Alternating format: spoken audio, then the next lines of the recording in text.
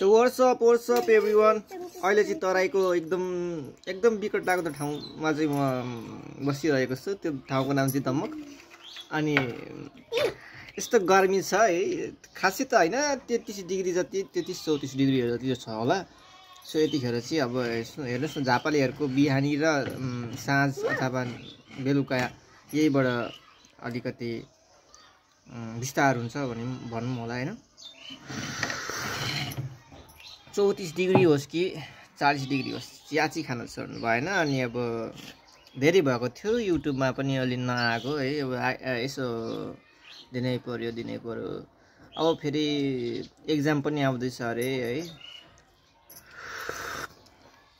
Tension बहुत हुन्छ 1 महिना अगाडिदेखि, तर पढ्न चाहिँ मन लाग्दैन जीवनमा।